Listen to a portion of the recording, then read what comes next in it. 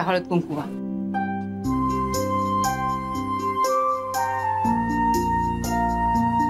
अक्षता. आता फुलं वा.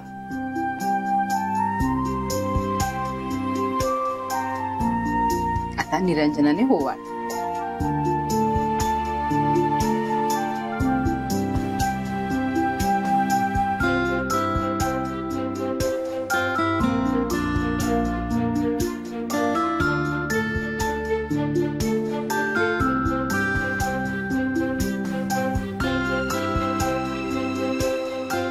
मनातल्या मनात ह्या पैशाचे दुप्पट पैसे यांना मिळू देत असं म्हण आणि मुकुंदाच्या हातात पैसे दे.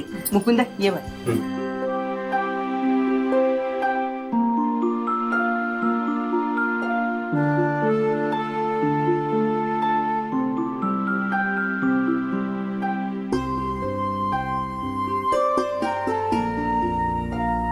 ते मनात म्हणालेस ना दुप्पट होऊ देत म्हणून पैसे. नाही नाही 10 पट होऊ देत असं म्हणाले.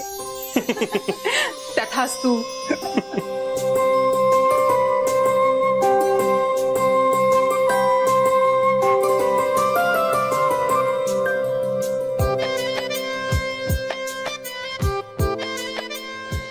पांडू आज कांदा बटाट्याचा रस्सा कर, चपात्या कर आणि भात कर.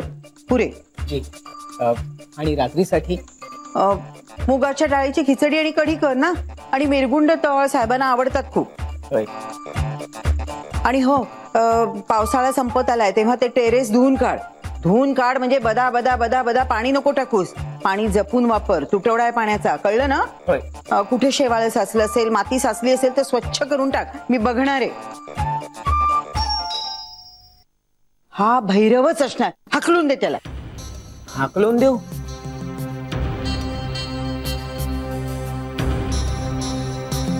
अरे उभा काय आहेस? मी काय सांगितलं? हाकल त्याला.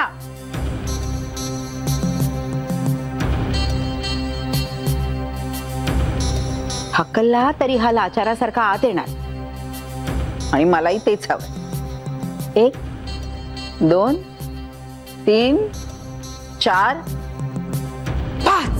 सासूबाई कशाला आलायस तू इथे? या घरात तू पाऊल सुद्धा टाकायचे नाहीस. पांडू मी काय सांगितलं होतं? याला हाकलून दे म्हणून.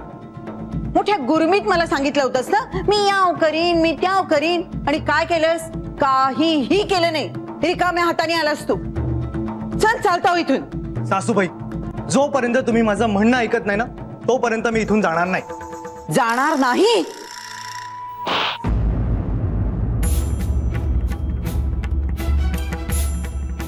मारा.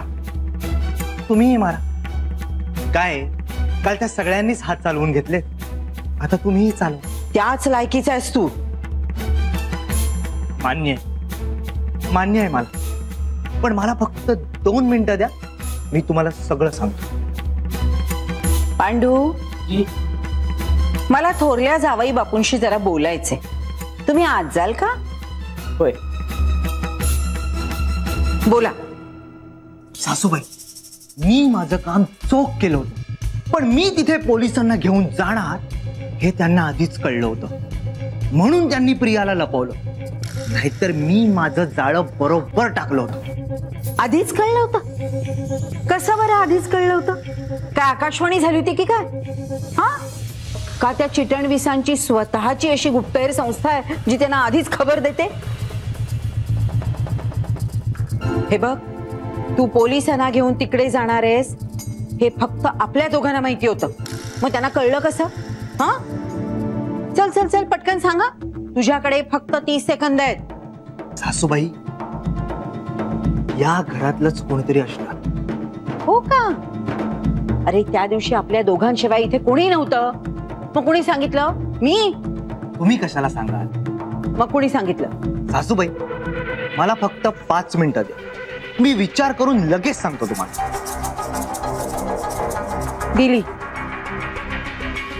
तिथे बसू. बसा.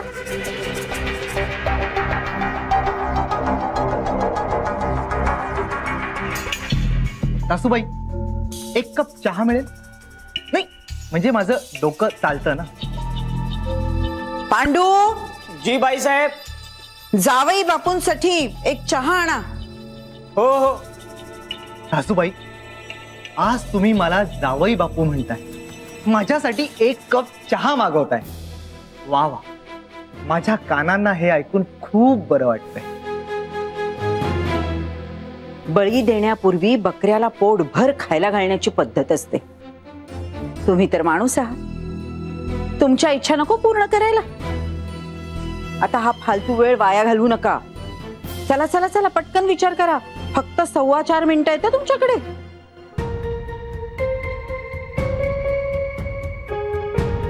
कोणी सांगितलं असेल पण त्या लोकांना? कोण सांगेल बरं मला? हा नाही, पण ती ऋता हल्ली काही सांगायलाच तयार नाहीये. आता प्रयत्न करून बघायला काय हरकत आहे. ह्याचा विचार पूर्ण व्हायच्या आधी कदाचित आपल्याला कळेल सुद्धा कोणी सांगितलं ते.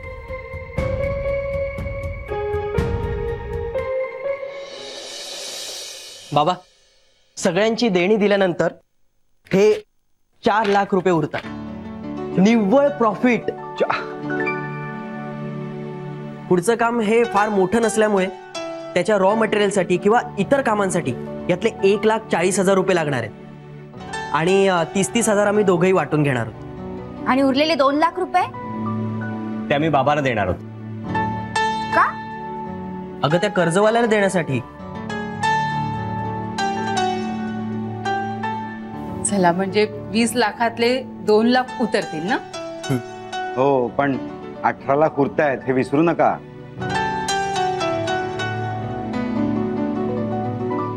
बाबा, हे घ्या 2 लाख रुपये आणि लवकरात लवकर त्या कर्जवाल्याला देऊन टाका. अरे लवकरात लवकर कशाला, आजच देऊन टाकतो ना. दरवेळेला हे असंच होतं. तोंडचा घास पळवला जातो. का करता असं? म्हणजे तुला काय म्हणायचंय ऋता? म्हणजे हेच म्हणायचंय की आता पैसे मिळतायत तर त्याचा उपभोग तरी घेऊया ना.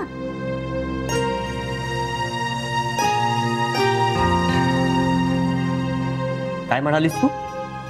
म्हणजे हेच की मागच्या वेळेला आपण बाबांना 1 लाख रुपये दिले कर्जवाल्याला द्यायला, पण ते काही दिलेच नाहीत.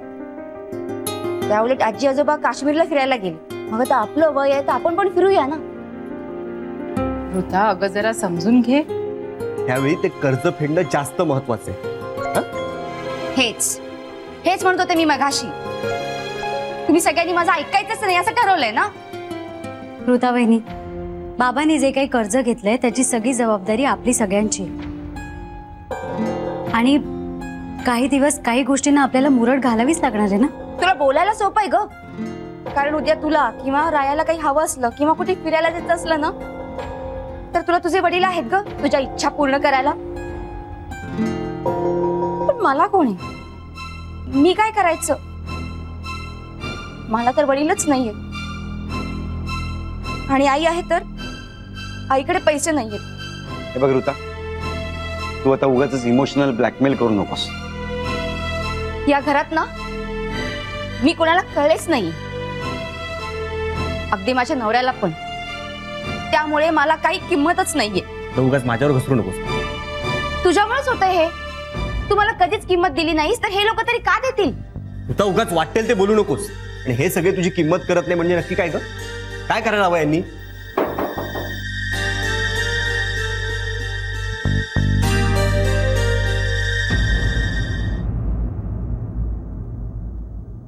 पप्पा,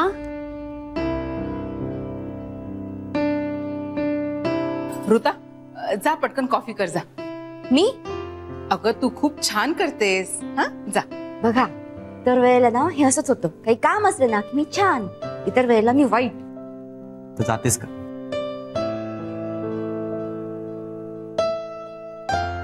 उल्हासराव, या ना, असे उभे का? या ना काका, या बस.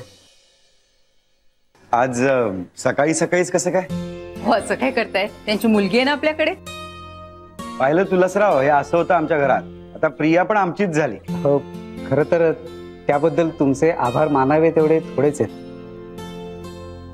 पप्पा तुम्ही एकदम करेक्ट वेळेला आलेला आहात. म्हणजे म्हणजे राया आणि भाऊजींनी आज दुसरी ऑर्डर पूर्ण केली आणि त्याचं त्यांना पेमेंटही मिळालं, ते सुद्धा 4 लाखाचं. अगं प्रांजल, त्यांना काय सांगतेस तू? त्यांनी एका डील मध्ये याच्यापेक्षा कित्येक जास्त कमावले असतील. नाही असं काही नाही, पण मला अभिमान वाटतो तुम्हा दोघांचा. अशीच प्रगती करत राहा, यश नक्की तुम्हाला मिळेल. थँक्यू. तुमचा असाच आशीर्वाद राहू दे त्यांच्या पाठीशी, नक्की प्रगती करतील. म्हणजे आशीर्वाद तर आहेच, पण मी आज इथे खरं तर तुमची माफी मागायला आलोय.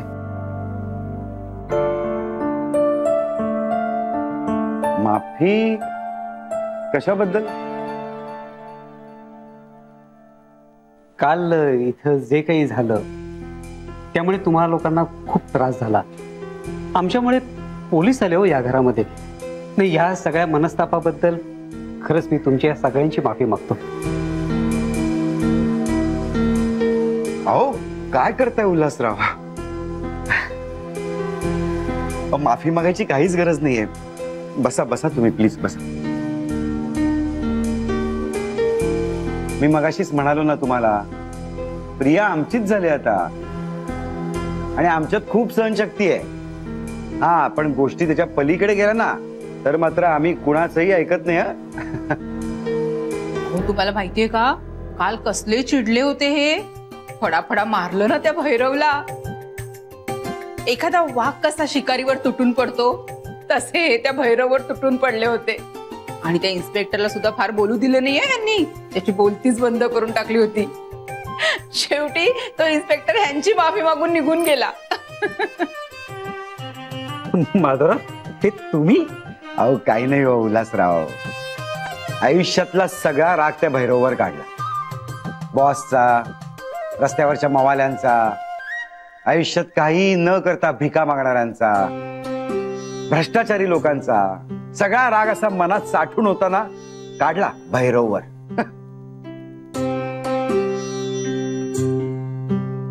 प्रिया कुठे? म्हणजे गेल्या काही दिवसात तिला नीट भेटलोच नाहीये ना मी. तुमची हरकत नसेल तर तिला भेटलो असतो. अहो, परवानगी कसली मागता? तिला भेटायला तुम्ही इथे कधी येऊ शकता. जवळ हो, खोलीत येऊन. पप्पा या.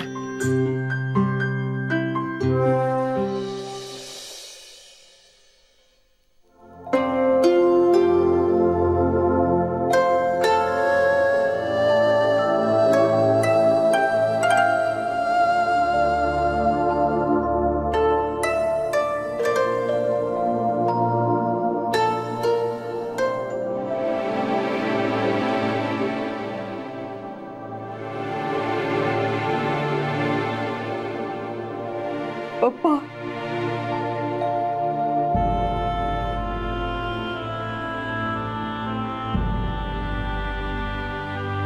रडू नकोस बेटा.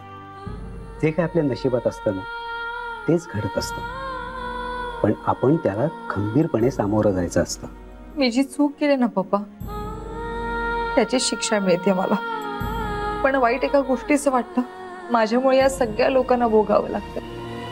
खरंय बेटा, खूप मोठ्या मनाची माणसं आहे ती सगळी.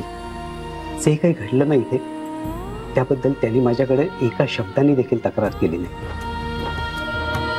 ते 2 दिवस इथं जे काही घडलं, खरं तर मला त्याचं खूप वाईट वाटलं.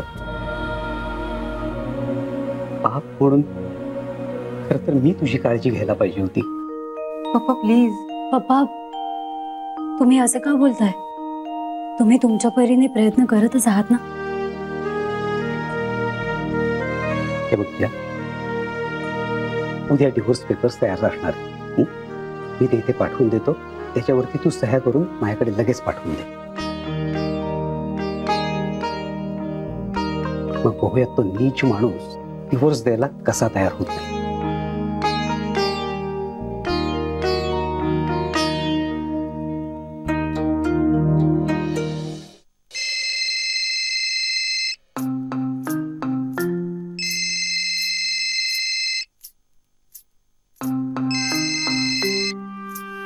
हा बोला.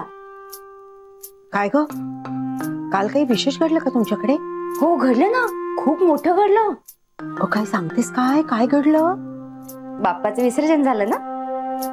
हे माहितीये गो, त्याच्याशिवाय नाही तसं काही नाही घडलं. आणि तुम्ही परत परत मला फोन का हो करता?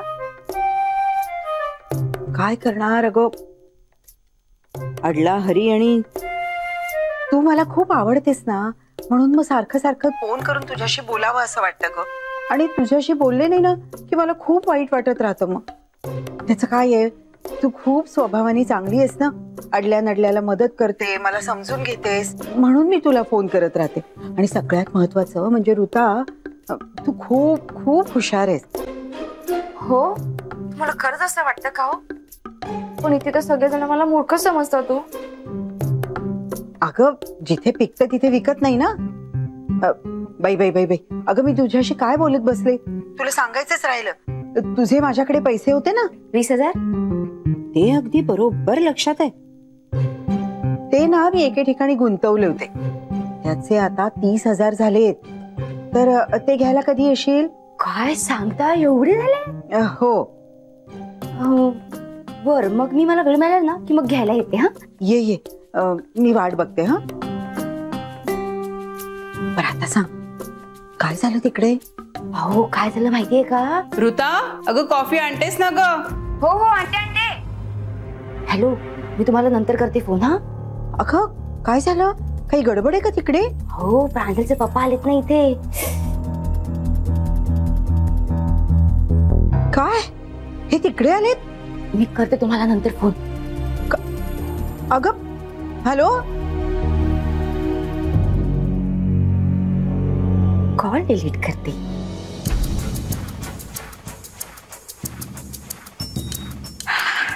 झाला. येस.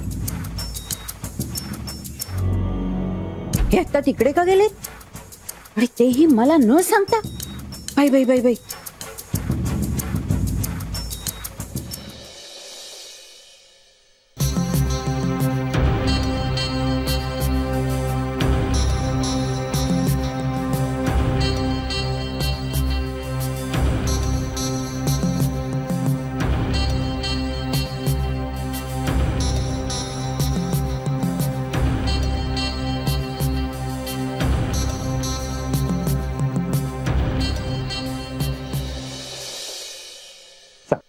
मी निघतो आता, ऑफिसला जायला उशीर होतोय ना. पप्पा, तुम्ही जेव्हा जेव्हा इथे आलात तेव्हा काहीतरी प्रॉब्लेम तरी झाला असतो, नाहीतर तुम्हाला लवकर तरी जायचं असतं. तुम्हाला असा निवांत वेळ मिळतच नाही बोलायला. एकदा ना तुम्ही निवांतपणे या, म्हणजे बाबांशी तुम्हाला मस्त मोकळ्या गप्पा मारता येते. हो, एकदा हे सगळं निवळलं ना की येईन निवांत गप्पा मारायला. हो नक्की या, आणि एकटेच या, म्हणजे खऱ्या अर्थाने निवांत बोलता येईल. प्रांजल काय आहे? हो नाही, खरंच बोलतेय ती.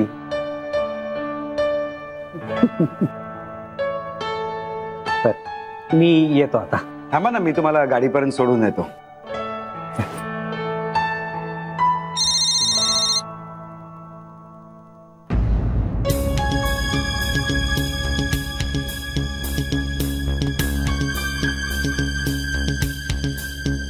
वीणाचा फोन आहे, जरा 2 मिनिटं बोलत होता, कारण तिला माहित नाही मी इथे म्हणून.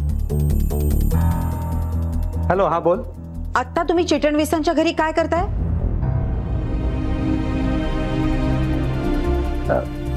हॅलो हॅलो, नेटवर्क नाहीये का? Hello hello. मला चांगलं माहितीये की तुम्ही चिटणवीसांच्या घरीच आहात. हॅलो. चल, मला निघायला हवं, मला ऑफिसला जायला उशीर होतोय.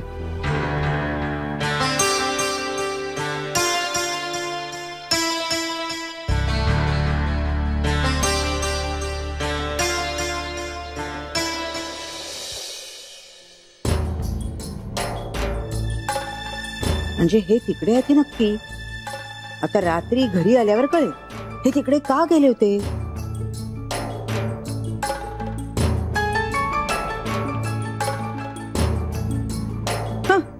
याचा अजून विचार करणंच चालू आहे.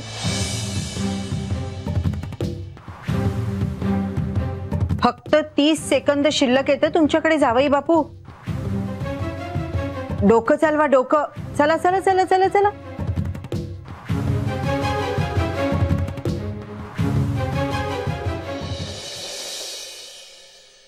बरं माधुराव, येतो मी आता. खरंच तुम्ही माझ्यासाठी आणि प्रियासाठी जे काही केलेत ना, त्याबद्दल तुमचे आभार कसे मानावेत हेच कळत नाही मला. अहो उल्हासराव, किती वेळा आभार मानणार तुम्ही? नाही, कितीही वेळा आभार मानलेत ना तरी ते कमीच आहे. खरं तर मीच तुमचे आभार मानायला हवेत. गेल्या वेळेस मी तुम्हाला 1 लाख रुपये दिले होते, ते काही ना काही कारणाने माझ्याकडेच परत आले. आता ह्या वेळेस तसं व्हायला नको. तर यावेळेला मी हे 2 लाख रुपये जमा केलेत, हे ठेवून घ्या तुम्ही. नाही, आत्ता नको. अहो, कारण वीणाला आधीच कळलंय की मी इथे आहे. कसं काय? मगाशी तिचा फोन आला होता ना, तेव्हा तुम्ही चिटणबिसांकडे आहात का असं विचारण्याच्या ऐवजी तुम्ही चिटणबिसांकडे काय करताय असंच तिने विचारलं. म्हणजे तिला हे नक्की कळलं की मी इथं आहे. नाही, पण तुम्ही त्यांना सांगितलेलंच नव्हतं ना तुम्ही इकडे येताय, मग त्यांना कसं कळलं? हो, त्याबाबत तिचा हात धरणं कोणालाही शक्य नाहीये. तेव्हा मी आता मला डायरेक्ट ऑफिसला जायला पाहिजे. तुम्ही ऑफिसलाच जाताय ना, मग हे घेऊन जा ना. अहो, तेवढंच माझ्या डोक्यावरचं ओझं कमी होईल. अहो, तुम्ही माझ्यासाठी आणि प्रियासाठी एवढं काही केलेत ना की त्यापुढे हे 2 लाख म्हणजे काहीच नाहीये. त्यामुळे हे पैसे देऊन मला उगाच लागू नये. येतो मी.